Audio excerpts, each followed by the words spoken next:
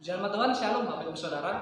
Pada kesempatan kali ini kita dapat mengucap syukur bahwa pada hari ini kita diberikan kesempatan untuk kembali mendengarkan kebenaran firman Tuhan yang akan saya sampaikan pada hari ini, yaitu dengan tema perjumpaan dengan Yesus membawa perubahan.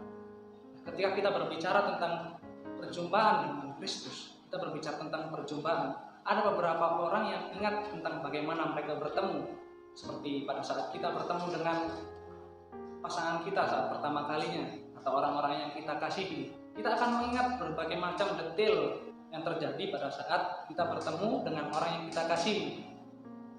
Kita akan mulai merasakan sesuatu yang berbeda. Kita akan mulai terpesona dengan cara berbicaranya, kita mulai terpesona pada pandangan yang pertama. Itu seterusnya ya. Terdapat berbagai dampak yang terjadi dalam kehidupan kita ketika kita bertemu dengan orang yang kita kasihi. Nah, ada juga beberapa orang yang bangga ketika bertemu dengan orang-orang tertentu, langsung dipublikasikan, diambil sebuah foto atau di-sharekan kepada teman-temannya. Aku kemarin loh bertemu dengan orang ini. Kemarin loh, keren nggak? Aku kemarin ketemu sama orang ini loh. Itu artis maupun orang-orang terkenal lainnya. Nah, juga ada beberapa orang yang berandai-andai untuk bertemu dengan orang yang terkenal. Mereka memiliki pengharapan tertentu di mana mereka berharap ketika bertemu dengan orang-orang tertentu, andai aku bertemu dengan orang ini ya, pasti hidupku akan berubah. Mereka berharap kehidupan mereka berubah. Mereka berharap ada sesuatu yang berubah ketika saya bertemu dengan orang yang saya dambakan, orang yang saya ingin jumpai. Muncul pengharapan-pengharapan tertentu. Nah saudara, tapi dalam kenyataan kehidupan kita sehari-hari, bagaimana kita melihatnya? Apakah kehidupan mereka berubah? Belum tentu juga ya saudara-saudara.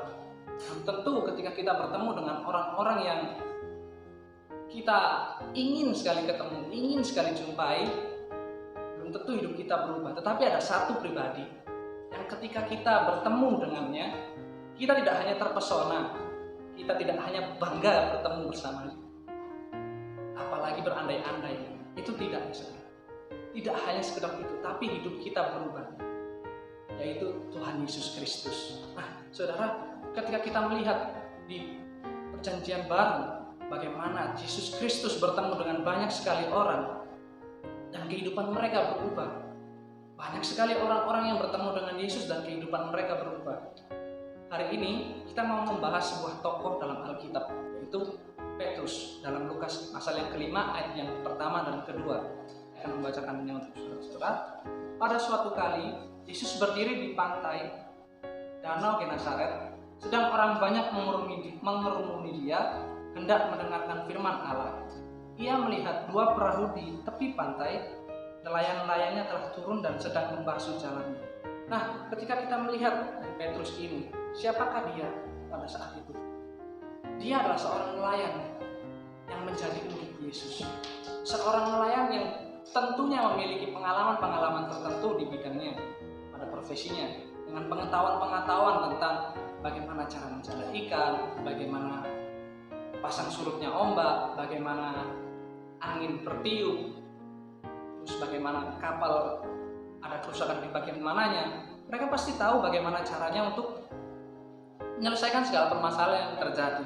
Nah, tapi pada kesempatan hari ini, pada cerita ini, apa yang dilakukan Petrus pada saat itu? Petrus bersama teman-temannya, ia bekerja semalaman. Setelah ia bekerja semalaman menjala ikan, ia duduk mendengarkan ajaran Yesus. Yesus menghampiri Petrus, berkata, "Bertolaklah lebih jauh." Dan akhirnya Yesus mengajar dan Petrus melihat dan mendengarkan hal itu.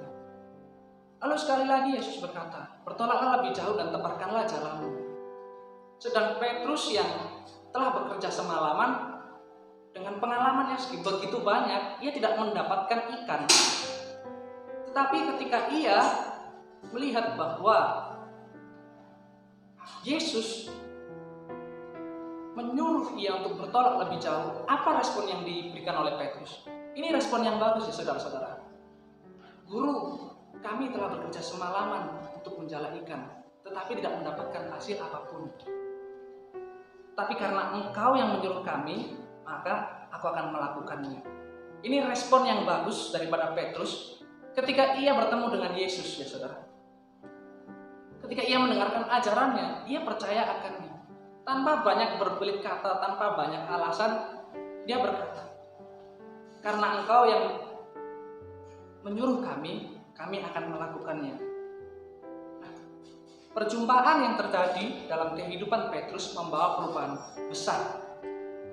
Ketika ia saat itu disuruh untuk menolakkan perahunya lebih jauh, untuk menempatkan jala, mencari ikan, dia memberikan respon yang bagus dan akhirnya ia menangkap ikan yang hampir merobek jalanya. Lalu tidak hanya sampai di situ, bahkan ia dijadikan sebagai nelayan manusia, penjala manusia. Bayangkan saudara, ketika Petrus tidak mau menanggapi perintah dari Yesus, lebih mengandalkan kekuatannya, lebih mengandalkan pengalaman-pengalaman yang terjadi dan pengetahuan yang ia miliki di bidangnya. Sama seperti kehidupan kita ya. Pertama-tama Yesus yang berinisiatif untuk berjumpa dengan kita. Yesus yang datang kepada kita. Allah yang memberikan anaknya kepada kita. Allah yang menunjukkan kasih-Nya. Dalam hal ini bagaimana kita merespon kedatangannya yang menjadi langkah pertama bagi kita. Apakah kita mau untuk merespon yang benar seperti respon Petrus? Ataukah kita mempercayainya atau malah justru menganggap remeh kasih yang diberikan Allah kepada kita? Menganggap tidak penting. Banyak hal yang terjadi dalam kehidupan Petrus ya, dan dapat kita pelajari pada hari ini. Yang pertama adalah perubahan itu bertahap. Petrus ketika ia diberitahu oleh Yesus bahwa ia akan menjadi penjala manusia, tidak langsung serta-merta imannya langsung timbul sebegitu tinggi, melainkan menjalani proses yang setiap harinya diuji. Ia berubah setiap harinya. Sedikit demi sedikit ia menjadi sebuah pribadi yang lebih baik. Apakah ia tidak mengalami kesalahan? Ia mengalami kesalahan. Ia bahkan menyangkal Yesus banyak 3 kali. Tetapi apa yang dilakukannya? Sekali lagi respon Petrus sangat bagus ketika menanggapi perjumpaan dengan Yesus. Respon Petrus, ia bertobat. Ia mengaku salah. Ia kembali ke jalan Tuhan. Ia memberitakan firman-Nya, dan bahkan ia menjadi soko guru. Ia menjadi orang yang dipakai Tuhan sedemikian rupa bagus untuk kemuliaan Allah sekali lagi. Yang kedua adalah inisiatif Yesus dan tanggapan kita menentukan perubahan dalam hidup orang percaya. Ketika kita melihat Petrus dengan inisiatif Yesus yang datang kepada Petrus untuk menjadikan Petrus sebagai seorang penjala manusia, respon Petrus sekali lagi menentukan bukan hanya perubahan dalam hidupnya, tapi juga perubahan banyak orang. Itulah mengapa di poin yang ketiga kita melihat hidup yang berubah harus berdampak bagi dunia. Hidup yang berubah harus berdampak bagi dunia, tidak hanya bagi diri kita sendiri. Mungkin kita merasakan perubahan yang sangat signifikan dalam kehidupan kita, yang sangat drastis ketika kita yang dulunya jahat, ketika kita yang dulunya masih melakukan hal-hal yang kotor, melakukan hal-hal yang buruk. Tapi ketika kita mau berjumpa dengan Yesus, ketika Yesus berjumpa dengan kita, maka semuanya akan menjadi lebih baik dan kita berjalan sesuai dengan kehendak Allah. Petrus ketika ia menyangkal Yesus 3 kalinya, dia nggak jauh-jauh dari Yesus. Dia berada di sekitar Yesus. Dia melihat bagaimana Yesus disiksa. Tapi karena berbagai macam alasan, ia takut untuk mengungkapkan imannya. Nah, saudara-saudara, bagaimana sih caranya bagi kita ini ketika kita telah bertemu dengan Yesus, ketika kita telah berubah dalam kehidupan kita, bagaimana cara kita buat berdampak bagi dunia ini? Yang jelas pertama, kita harus menjadi garam dan terang bagi dunia. Menjadi garam. Garam dalam masakan itu tidak butuh banyak sekali. Butuh sedikit saja, tapi berdampak besar bagi masakan tersebut. Jangan menjadi garam di tengah lautan, saudara.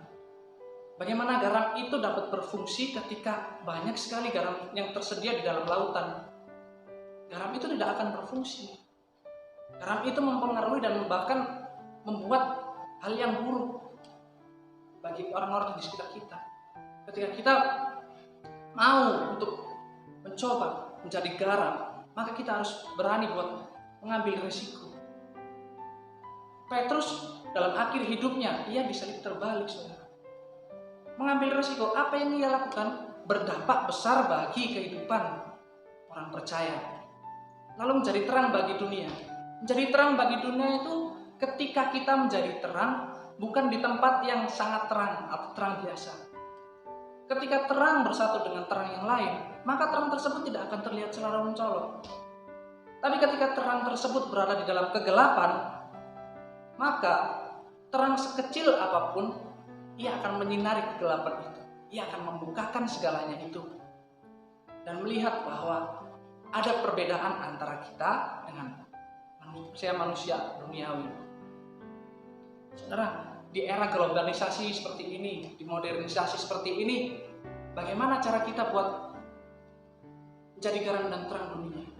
Kita tahu ya, segala macam bentuk smartphone, TV, media sosial, semuanya kita bisa gunakan dengan segampang sekali dengan dalam hitungan menit, bahkan hitungan detik, karena HP jarang sekali kita lepas dari tangan kita.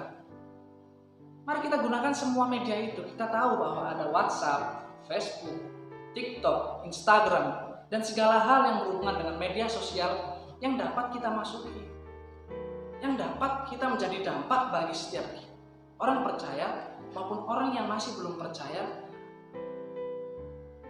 agar ia kembali kepada Tuhan Yesus Kristus, agar ia mengenal Yesus Kristus dan mengalami perjumpaan dengan Yesus Kristus. Nah, saudara, ketika kita melihat bahwa perjumpaan dengan Yesus membawa dampak besar dalam kehidupan manusia, tapi tidak hanya diri kita sendiri, melainkan juga banyak sekali orang-orang lainnya yang terkena dampak dari perubahan yang kita alami dari perjumpaan kita bersama dengan Yesus dalam kehidupan manusia. Tetapi respon kita adalah kunci yang menentukan hidup kita berubah atau tidak. Bagaimana respon Petrus tadi terhadap perubahan yang ia alami dalam kehidupannya? Bagaimana respon ketika ia bertemu dengan Yesus? Sama seperti kita, bagaimana respon kita?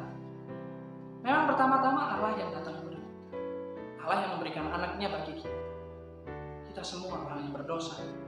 Lalu bagaimana kita buat ke depannya berinisiatif untuk bertemu dengan Yesus, supaya kita ini melekat seperti pokok anggur. Ketika kita melekat, kita mendapatkan sumber makanan. Dan ketika kita mendapatkan sumber makanan, kita akan berbuah. Dan buah itu yang menjadi dampak bagi orang-orang di sekitar kita. Nah, saudara-saudara, mari kita pikirkan bagaimana caranya kita berdampak bagi kehidupan kita sehari-hari. Bagaimana kita berdampak bagi lingkungan sekitar kita, terutama keluarga kita.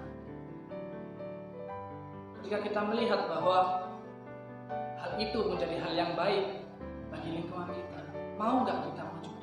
Dengan cara apa? Kita berjumpa dengan Yesus, kita melekat sama Yesus, kita melekat padanya, berdoa, baca firman, saat teduh. Kita membuat sebuah hubungan yang intim bersama-sama dengan Yesus, agar kita semua mendapatkan hal yang baik dan perubahan tersebut dalam kehidupan kita. Demikian firman Tuhan yang dapat saya sampaikan. Mari bersama-sama mengalami perubahan dan menjadi dampak bagi kehidupan kita sehari-hari. Menampilkan kasih Allah yang pertama-tama diberikan kepada kita, mari kita tampilkan kepada orang-orang di sekitar kita. Mari kita berdoa. Bapa di dalam surga, kami mengucap syukur Tuhan buat hari ini. Kami telah mendengarkan kebenaran firman-Mu, di mana kami Tuhan ingin Tuhan meresponi perjumpaan dengan Engkau, meresponi Tuhan pertemuan yang Engkau buat kami Tuhan. Kami mengucap syukur Tuhan, Engkau telah memilih kami. Biar kiranya Tuhan, kami dapat berdampak bagi lingkungan kami, dan kami dapat berguna bagi kemuliaan nama-Mu Bapa, dan nama-Mu semakin dipermuliakan melalui kami semua. Kami serahkan semuanya ke dalam tangan-Mu Bapa, baik itu hidup kami, pekerjaan kami, segala hal yang membuat kami menjadi beralasan Tuhan untuk memberitakan kebenaran firman-Mu, untuk menampilkan kasih yang Kau berikan kepada kami Tuhan. Kami mau serahkan semuanya ke dalam tangan-Mu. Biar kiranya Tuhan yang tuntun kami, Tuhan yang bawa kami semakin lebih baik setiap harinya. Dalam nama Tuhan Yesus kami berdoa dan ucap syukur. Haleluya. Amin.